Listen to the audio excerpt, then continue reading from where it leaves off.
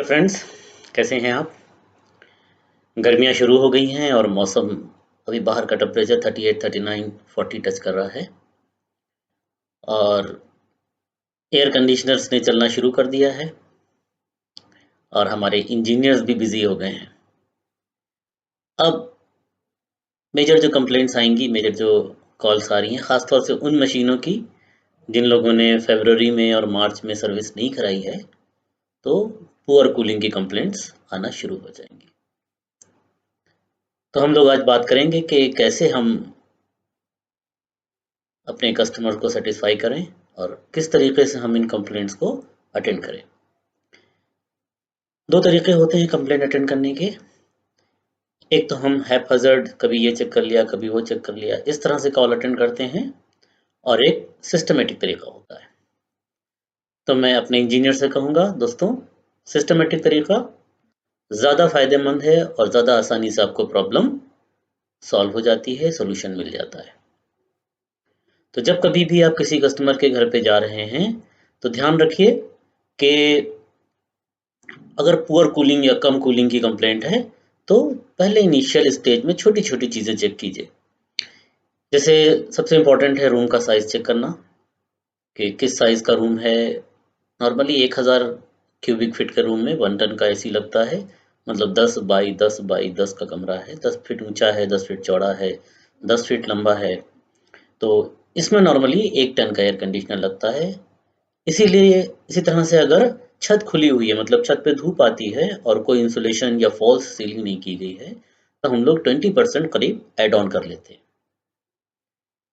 East, waste, north, south की wall पे ज़्यादा लोड होता है। अगर वॉल खुली हुई है या पतली दीवार है, तो उसका भी ध्यान रखते हैं। अगर लगातार धूप पड़ रही है, उसके ऊपर कोई पेड़ नहीं है या कोई साया नहीं है, तो वहाँ पे भी कूलिंग इफ़ेक्ट कम होने वाला है, क्योंकि धूप की गर्मी जो है वो इधर ट्रांसफ़र होती है, छत से भी ट्रांसफ़र होती है और हमारी दीवारों से भी ट्रांसफ़र होती है, ख़ास तौर से जो दीवारें धूप के सामने हैं। नॉर्मली होता क्या है, जहाँ पे धूप आके रुक रही है, वहाँ पे टेम्परेचर तकरीबन 25-30 डिग्री नॉर्मल एयर टेम्परेचर से ज़्यादा होता है। तो 50 डिग्री, 48 डिग्री, 46 डिग्री, जो भी टेम्परेचर बाहर एयर का है, उसमें आप 25 से 30 डिग्री और ऐड कर लीजिए उस जगह का जहाँ पे धूप आके रुक रही है। तो अगर दीवार पे धूप रुक रही है या छत पे धूप रुक रही है और कोई उसमें हमने इंसुलेशन या फॉल्स सीलिंग नहीं की है, तो क्या होने वाला है, हीट कंटीन्यूअसली ट्रांसफर होती रहेगी और बहुत ज़्यादा क्वांटिटी में हीट ट्रांसफर होती है। फिर उसको हमारे कोई भी एयर कंडीशनर जो है वो प्रॉपर वे में कंट्रोल नहीं कर पाएगा। तो आप रूम में एंटर हुए, सबसे पहले तो हम रूम का साइज़ और अपने एयर कंडीशनर की कैपेसिटी को मैच करेंगे। एयर कंडीशनर छोटा है और रूम साइज़ बड़ा है, तो ऐसे रूम में हमेशा प्रॉब्लम बनी रहेगी। बहुत बड़ी-बड़ी शीशे की खिड़कियाँ अगर लगी हैं, तो हम लोग कोशिश करते हैं कि वहाँ पे पर्दे डाल दें, मोटे डबल वाले पर्दे डाल दें, जिसमें 2 तरफ, एक तरफ कॉटन और आगे की तरफ मोटा पर्दा होता है। खिड़कियाँ प्रॉपर्ली बंद होना चाहिए। जितना ज़्यादा हो सके हम एयर की अननेसेसरीली बाहर से एंट्री रूम में नहीं चाहते हैं। उसी के साथ-साथ हम एयर कंडीशनर की हाइट का भी देखेंगे कि इंडोर जो है वो बहुत ज़्यादा ऊँचा ना लगा हो। मैन हाइट कितनी है? 6 फीट, सवा 6 फीट, साढ़े 6 फीट। इससे ऊपर की जो भी कूलिंग जा रही है वो अननेसेसरीली वेस्ट हो रही है। तो 6, साढ़े 6, 7 फीट पर इंडोर लगना चाहिए। कस्टमर्स के लिए भी इन्फॉर्मेशन है। देखिए होता क्या है, मान लीजिए 11 फीट का रूम है, तो ऊपर का जो 2 फीट होता है या 2 ढाई 3 फीट होता है, वहाँ पे एक हॉट कॉलम बनता है और नीचे कूल होता है, क्योंकि ठंडी हवा नीचे बैठती है। तो नीचे हमको कूलिंग कितनी चाहिए? नॉर्मली रूम में हम बैठे रहेंगे या लेटे रहेंगे, तो 4, साढ़े 4 फीट, 5 फीट, 6 इंच फीट रख लीजिए। इससे ऊपर की जो भी कूलिंग है वो वेस्ट होती है। तो हम कोशिश करते हैं कि इंडोर जो है वो 6, साढ़े 6, 7 फीट तक ही लगाएँ, अननेसेसरीली बहुत ऊँचा ना रखें। अच्छा, ऊँचा करेंगे तो क्या होगा, वो छत के ऊपर की जितना भी जो हॉट कॉलम है वहाँ से कंटीन्यूअसली एयर खींचेगा और बेवजह में आपको आधे कमरे में ही कूलिंग चाहिए, पूरा कमरा जो है ठंडा होगा, जिसकी आपको ज़रूरत नहीं है। कुछ लोग पंखा भी चला देते हैं, तो पंखा क्या करेगा, गर्म हवा ऐड ऑन करेगा, गर्म हवा आपके कमरे में ऐड ऑन करेगा। ठीक है, थोड़ी राहत मिलेगी कि आपको हवा टच करेगी तो आपको बेहतर फ़ील होगा। तो पंखा चलाने की भी ज़रूरत ऐसी ख़ास नहीं है। अब आपने देखा कि एसी सही जगह पे लगा हुआ है, इंस्टॉलेशन प्रॉपर हुआ है, रूम का साइज़ ठीक है। तो अब हम वोल्टेज चेक करते हैं। वोल्टेज जब हमारा कंप्रेसर रनिंग में है तो 200 वोल्ट से ज़्यादा होना चाहिए। अगर 200 वोल्ट 220 वोल्ट एसी का कंप्रेसर हमारा डिज़ाइन किया हुआ है।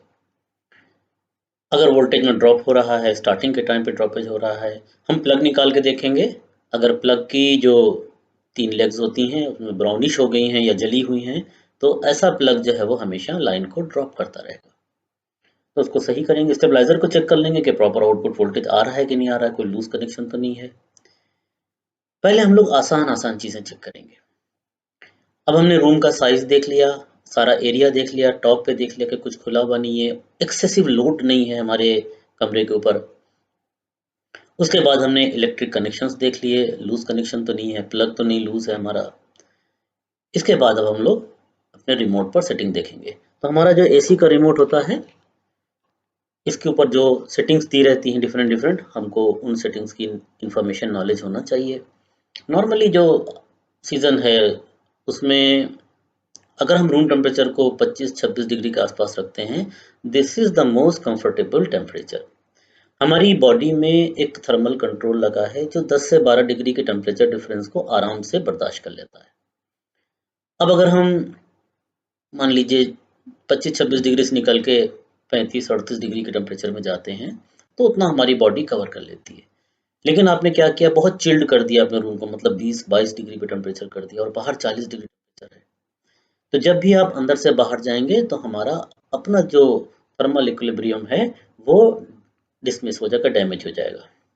फिर क्या है, फिर स्ट्रोक हो सकता है और बहुत सी प्रॉब्लम्स हो सकती हैं। तो एयर कंडीशन कमरे में आप अगर आराम की नींद सो रहे हैं, एक हल्का-सा चादरा ओढ़ के, तो वो वन ऑफ द बेस्ट है।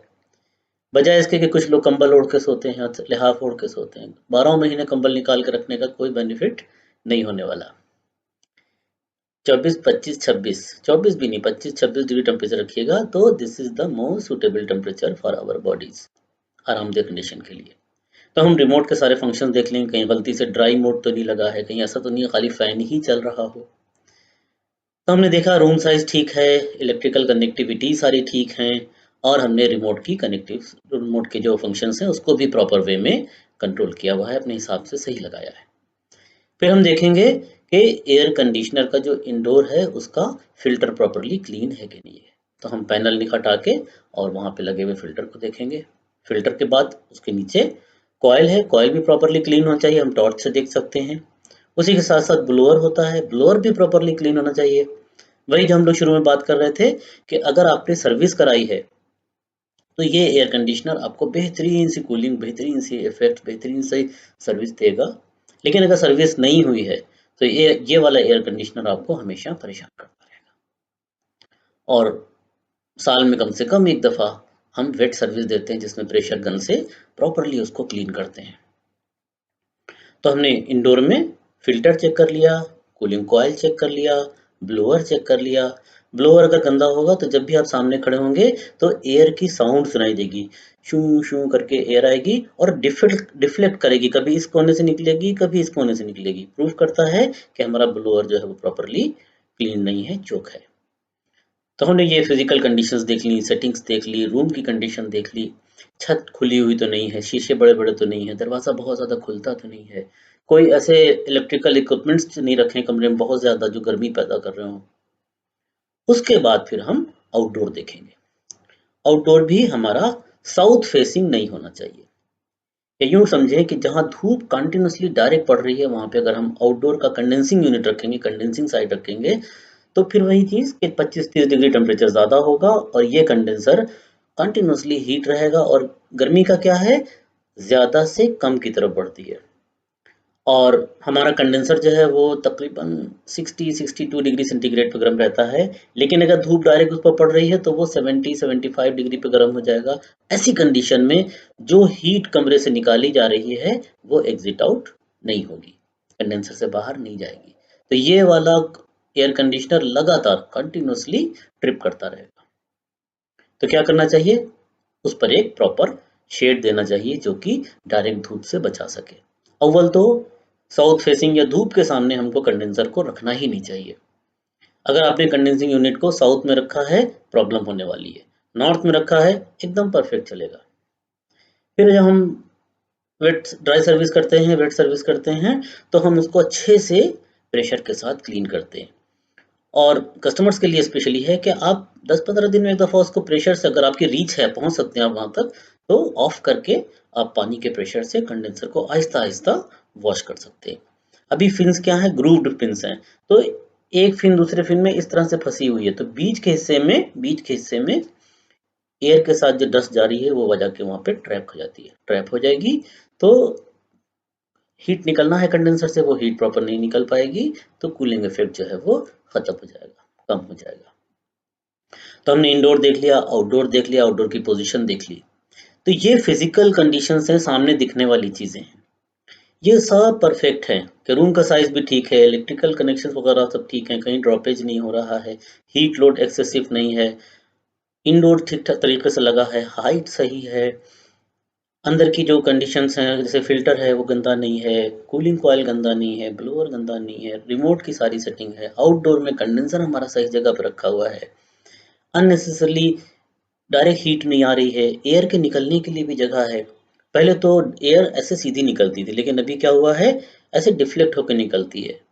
जो हमारे फैन्स हैं, उसमें पिजन टेल फैन्स आते हैं जो कि एयर को साइड से निकालते हैं। तो अगर 2-3 फीट पे कोई वॉल है तो इतना फ़र्क नहीं पड़ता है। पहले हम लोग कहते थे कि नहीं 5-6 फीट तक कोई दीवार ना हो, डायरेक्ट एयर निकल रही। तो अभी साइड से अगर जगह है काफ़ी, तो एयर को सक करने के लिए भी कम से कम 12 इंच 16 इंच की जगह होना चाहिए, और निकलने के लिए तकरीबन 2 फीट की जगह, 2.5 फीट की जगह होना ही चाहिए। तो ये सब आपने फिज़िकल कंडीशंस देख ली। अब इसके बाद भी अगर कूलिंग इफ़ेक्ट रिड्यूस हो रहा है, तब हमको सिस्टम, मतलब जो रेफ्रिजरेशन सिस्टम है उसको चेक करना पड़ेगा, डिफरेंट डिफरेंट कंपोनेंट्स को चेक करना होंगे। तो हम लोग सबसे पहले थर्मोस्टेट की बात करते हैं, जो थर्मल कंट्रोल हमारा लगा रहता है। अभी तो सारे ही एयर कंडीशनर में इलेक्ट्रॉनिक पीसीबी लगी हुई है, और थर्मिस्टर के साथ में हमारा सेंसर लगा हुआ है। तो इस सेंसर की पोजीशन भी बहुत इंपॉर्टेंट है। अगर ये मेटेलिक चीज़ों से टच कर रहा है, अगर ये ठंडक से टच कर रहा है, तो ये वहीं के टेम्परेचर से ऑटोमेटिक होने लगेगा, स्विच ऑफ करने लगेगा कंप्रेसर को, और रूम की कूलिंग जो है वो रिड्यूस हो जाएगी। तो हम ध्यान रखें कि वहाँ पे एक प्लास्टिक का क्लिप होता है, उसमें इसकी जो आगे का सेंसर होता है वो फँसा रहता है, मतलब थोड़ा-सा दूर रहता है कॉइल से। अगर इसके ऊपर पानी की बूंदें आ रही हैं, कुछ गंदगी इकट्ठा हो गई है, तो क्या होगा, ये ठंडा हो जाएगा तो ये जल्दी-जल्दी ऑटोमेटिक करने लगेगा, और जल्दी-जल्दी ऑटोमेटिक करेगा तो आपको रूम में कूलिंग कम होने वाली है। तो हम सेंसर को चेक कर लेंगे, सेंसर की वर्किंग चेक कर लेंगे कि प्रॉपर टाइम पे ऑफ हो रहा है, ऑन हो रहा है। ऐसा तो नहीं है कि रूम टेम्परेचर 26 हमने सेट किया है और ये 28-30 पे ही ऑफ हो जाता हो, तो उसको चेक कर लेंगे। इसी तरह से हम रिले की वर्किंग, जो हमारे मशीन में लगी, उसमें पीसीबी में रिले लगी है, उसकी वर्किंग चेक कर लेंगे, ट्रिप ऑफ तो नहीं हो जाती है, प्रॉपर कनेक्टिविटी दे रही है, कहीं स्पार्किंग तो नहीं हो रही है। ऊपर जाके हम कंप्रेसर की पोजीशन देख लेंगे कि एम्पेयर्स तो नहीं बढ़ रहे हैं उसके, ट्रिप तो नहीं हो रहा है। अगर एम्पेयर्स बढ़ रहे हैं तो बहुत सी वजह हो सकती हैं, कंडेंसर ओवरहीट तो नहीं हो रहा है, ओवर चार्ज या अंडर चार्ज तो नहीं है, इसी तरह से रनिंग कैपेसिटर तो नहीं वीक है। तो हमेशा बैग में एक नया रनिंग कैपेसिटर रखेंगे। कैपेसिटर को जो लोग वैसे लाइन में लगा के और बाद में स्पार्क करके चेक करते हैं, ये बहुत डेंजरस है। हम लोग कभी भी ऐसा काम नहीं करेंगे जिससे जान का खतरा हो। तो दूसरा कैपेसिटर लगा के देख सकते हैं, कैपेसिटेंस मीटर आता है, कैपेसिटेंस मीटर से हम लोग कैपेसिटर को चेक कर सकते हैं। इसी के साथ-साथ और भी बहुत सी परेशानियाँ हो सकती हैं। हो सकता है कंप्रेसर की पंपिंग डाउन हो सकता है कंप्रेसर ओवरहीट होकर ट्रिप कर रहा हो सकता है कि दूसरे कोई कंपोनेंट प्रॉपर्ली बिहेव ना कर रहे हो, फैन मोटर जाम हो गया हो। तो बहुत सारी प्रॉब्लम्स हो सकती हैं। हमारे इंजीनियर अगर प्रॉपर ट्रेनिंग लेके जाएँगे, तो सारी प्रॉब्लम से आसानी से सॉल्यूशन निकाल सकते हैं। तो दोस्तों, आपकी गर्मी आराम से गुज़रे, खूब बढ़िया से आपके पास काम रहे, हो आपके कस्टमर सैटिस्फाइड रहें, हमारी यही दिली कामना है। बहुत-बहुत शुक्रिया।